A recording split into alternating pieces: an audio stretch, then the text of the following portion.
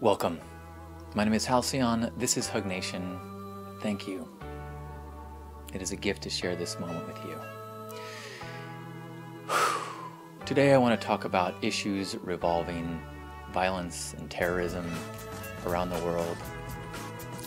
And I want to preface it by saying that I am not a scholar. I am not a news hound. I have a very surface level understanding of the political issues in our world. So I'm speaking to human issues, to issues of compassion, to issues of personal peace amidst a chaotic world. And I also want to acknowledge that if I speak esoterically or conceptually about tragedy or disaster, I don't mean to minimize the pain, tragedy of each personal experience. All of our experience of the world are relative, all the pain, all the upset. And so whatever experience you are having surrounding tragedy is valid and significant. And so my heart goes out to all families and friends, everyone who is connected to some of the recent tragedies, in not so recent tragedies.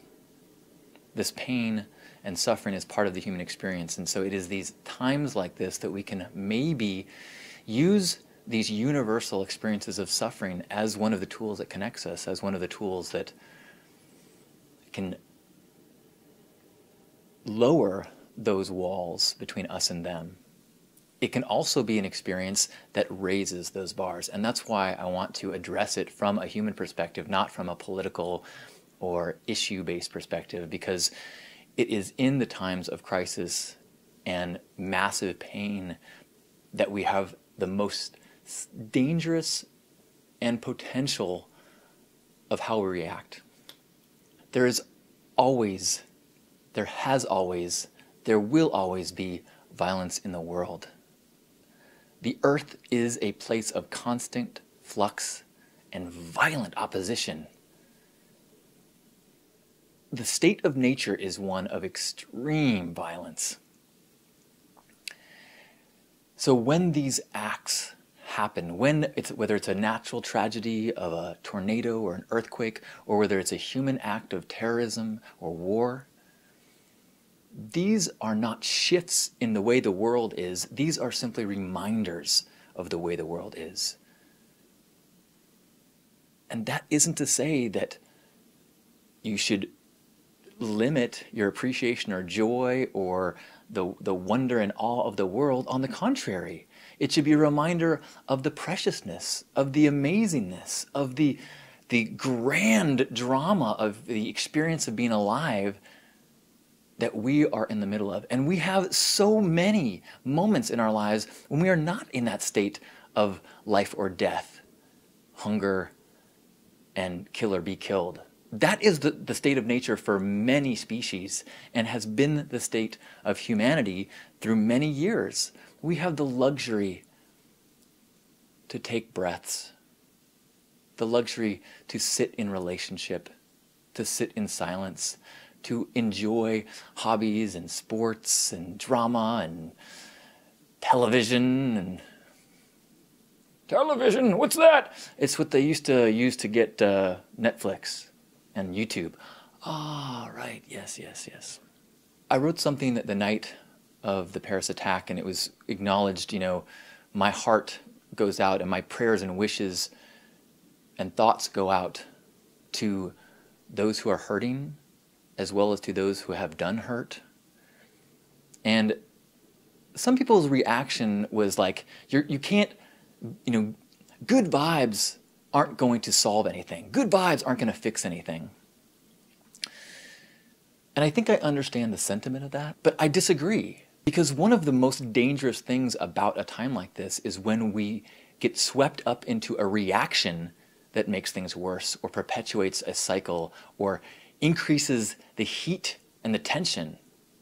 The US bombed ISIS targets in August of this year, and over 450 civilians were killed, 100 of which were children. Now, I don't know the details that led up to those attacks. I don't know the specifics of ISIS's formation. There's all sorts of complicated issues, but within that narrative, you can see that it is not an isolated act of pure evil. It is a human drama that goes back and forth and up and down and reaction and action, cause and effect. And when our effect is violence, anger, justice, it doesn't close the book on that chapter. It simply creates more pages for us to write longer and longer, more intense stories of hate and pain and destruction and death. The finger is often pointed at religion as what is the cause for terrorism. But violence and oppression and feeling helpless is what causes terrorism. Imagine you are a family member of one of the people killed in a raid against ISIS. You're one of the innocents. You don't have a dog in the fight until now. Now you have a very personal, visceral experience of someone you loved dying at the hands of an oppressor a world away. Now it is your life passion. It is all you care about. And if there is some pundit or some religious leader or some convincing voice that speaks up and says, "You've been wronged. Here's who wronged you. We have a plan to hurt them back." That's a no-brainer. I have so little understanding of what that experience would be like, and I still can put myself in the shoes of someone who's just lost a loved one to a US bombing raid and feel like, I want to strike back. I would love to put, trade sanctions against the US, but I have no power. And the US continues to push and make it known that I have no power. So, promoting good vibes, promoting love, it doesn't change a policy. It doesn't put someone in prison, but it does stop the escalation. The massive power of the nonviolence that Gandhi practiced was that it stops the violence a little bit. It stops the cycle. When we act in violent ways in retaliation, we make true the narrative that we are a violent people, that we are deserving of attacks. When Gandhi led people to walk into the strikes of soldiers, you can't look at that and believe the narrative anymore. The narrative changes. You say, oh, this person is attacking the other person. And even while we seethe at how unfair and how unjust, we have to look at it from a 10, 20, 100, 200-year timeline to recognize what the powerful act is, or the powerful response is. So when we see on a Facebook feed all these people in solidarity and putting up the French flags, there's a lot of reactions that I've been seeing from people. One is that of encouragement and a feeling of camaraderie, much like it felt after 9/11 in the US, when people of the world all felt like we were a little bit more connected against these acts of senseless violence. And I've also seen reactions that are frustrated that there's so much camaraderie surrounding France and not so much around African and Middle Eastern countries. And I think that both of those responses are absolutely valid and absolutely worth exploring. What I don't feel is valid is when people start finger pointing that your reaction is wrong, your reaction is racist, your reaction is not an acceptable or not the right way to respond to this kind of terror. Any tragedy requires compassion, and each of us experience our reaction in a very personal way, and if people want to express their compassion specifically to one person that died, that does not mean that they are happy that anyone else died. It means that that one struck a chord in them. So I posted something, a little picture saying, you know, when I see people say, "Where's all the outrage about Beirut?"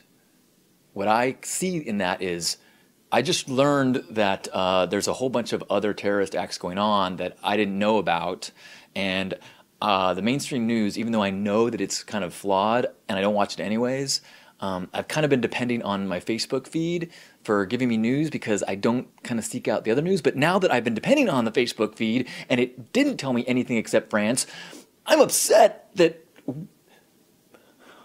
you're all racist. I think really the nonviolent communication way of that awareness is to say, wow, this experience of world tragedy being so focused on France makes me realize how tunnel visioned my perceptions and my media window is, and maybe there is racist ideology that is traveling through that. And maybe I need to look at that and how the news that I notice or the news that I support is ones that reinforce a kind of white people are most important. That being said, I think there's a lot of reasons why many people in the US responded much more intimately to France as opposed to African or Middle Eastern countries, and will continue to do so.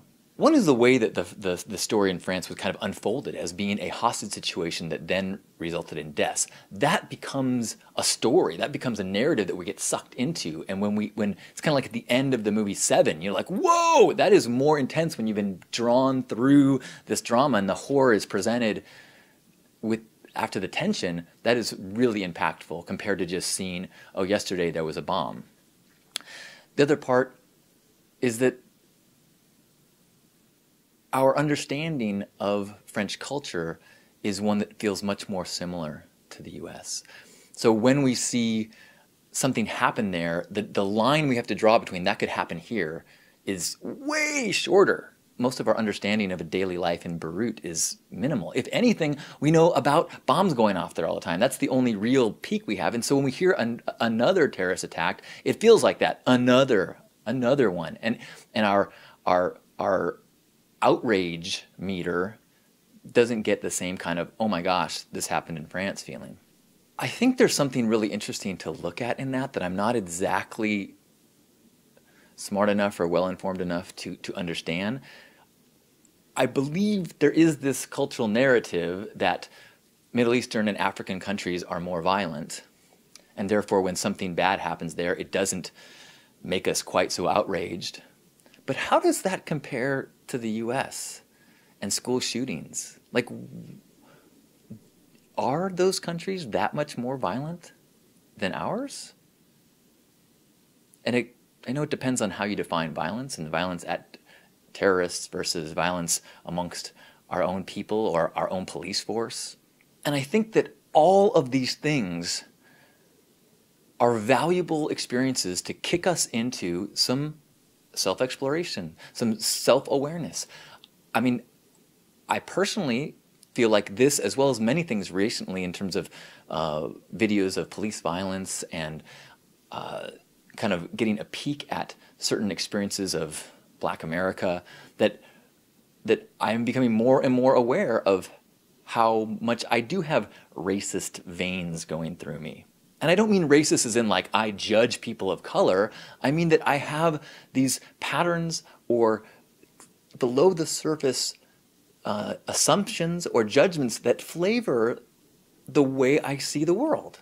I don't confess that as like, oh, I'm a bad person. I confess that as that is how humans become grown up. That is how we be socialized in the world, is we have a certain set of experiences that we create worldviews out of, and we have education, and we have media, and we have, like, when the bad guys in every movie and every TV show look a certain way, I don't have to think logically about why or how, but it affects the way I see a stranger that looks the same as those villains do.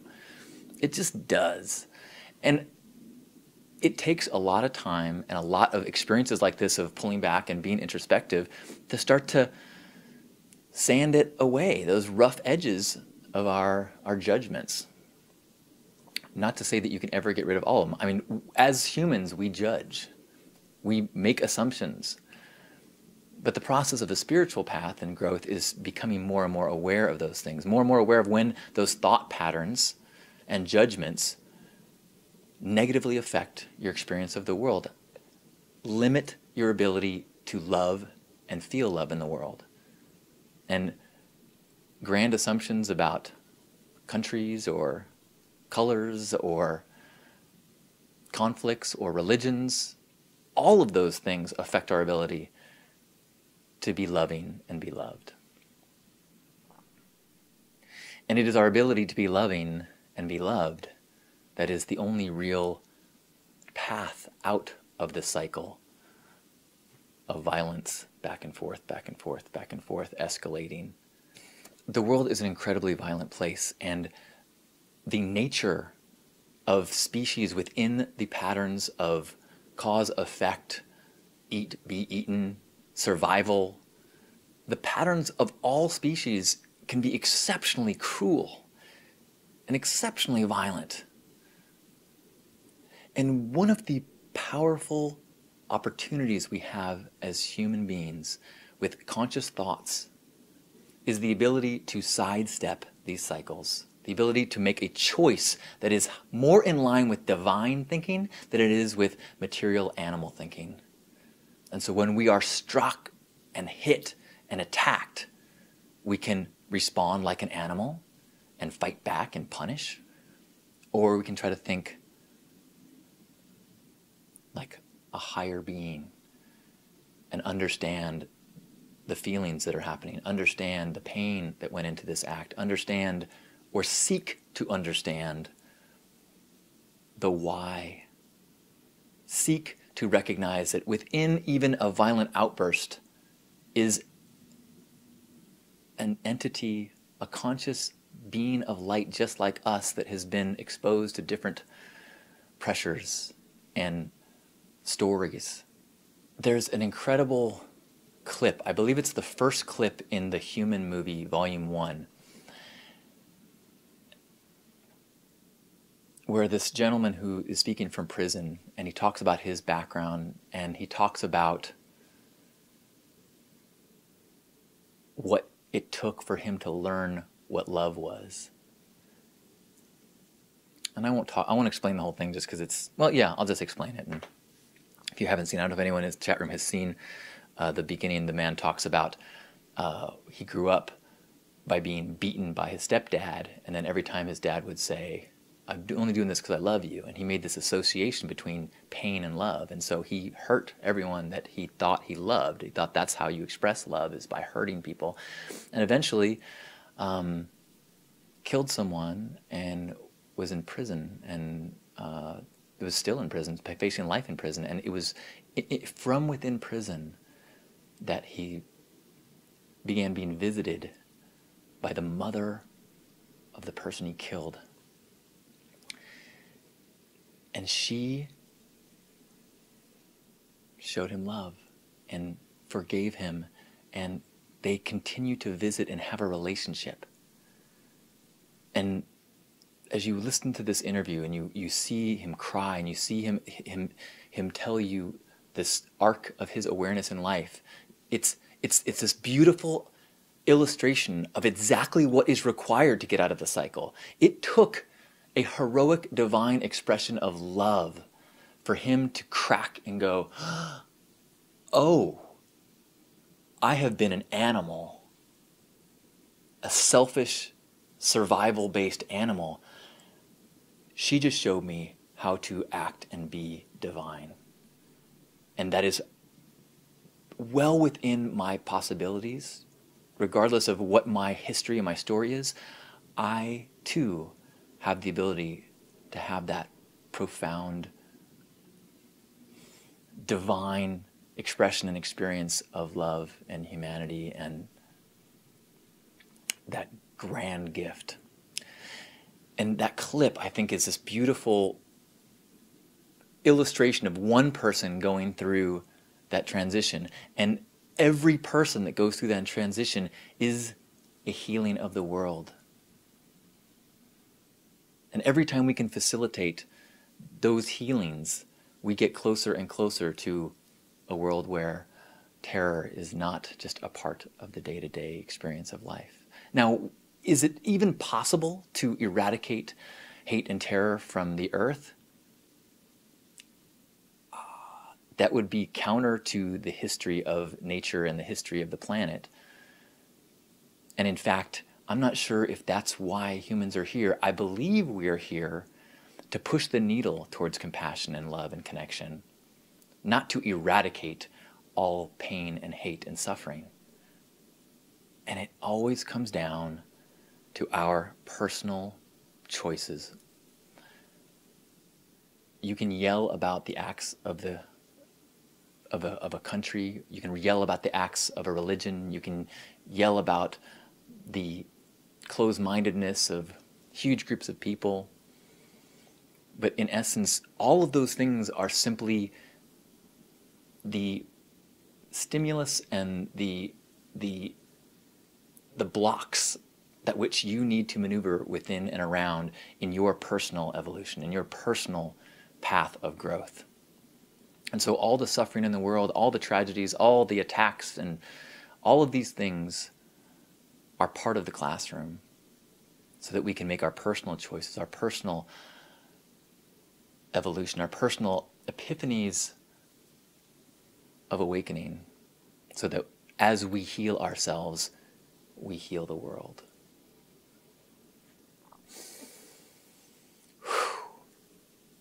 So, I am grateful to be alive in this time, to be conscious and awake at the unfolding of the universe, all the beauty, all the miracles of the natural world, even the terrible and horrible things within it, all of it, the black, the white, the dark, the light. It is the majesty of the all that makes awakened experience of life such a gift. And it is our tiny and massive role within this light and darkness to push the line towards the light, adding love with a tiny step, with a single choice, with a single interaction that ripples, ripples, ripples, ripples, and creates healing in ourselves, in the people we love, in our communities, and in the world. I am so grateful to share this path of learning and growth and evolution with you. Thank you for being a part. Thank you for sharing your heart. Thank you for seeking healing in yourself and in the world. Let's have a hug. Grab yourselves by the shoulders. And take a moment to be grateful for this body. Grateful for the human experience that we have within this body, all the feelings. And recognize that the feelings and the ideas and the thoughts that we have are a product of our experiences and our socialization and our teachers. And that experience would be vastly different were we born in a different place or time. And so we recognize the limitations of our awareness and show compassion and forgiveness for ourselves, and recognize the limitations of those in other places and give them compassion and forgiveness. And recognize that beneath and below and before all of the socialization and the classrooms and the teaching and the well-meaning lessons from parents and bosses and teachers and TV. Beneath all of that is this purity, this loving light. And let's be that loving light for 3 breaths together. Free from our roles and identities, just conscious, loving rays of light on this amazing, fertile planet. Ready? In through the nose and out through the mouth. Ready? Go.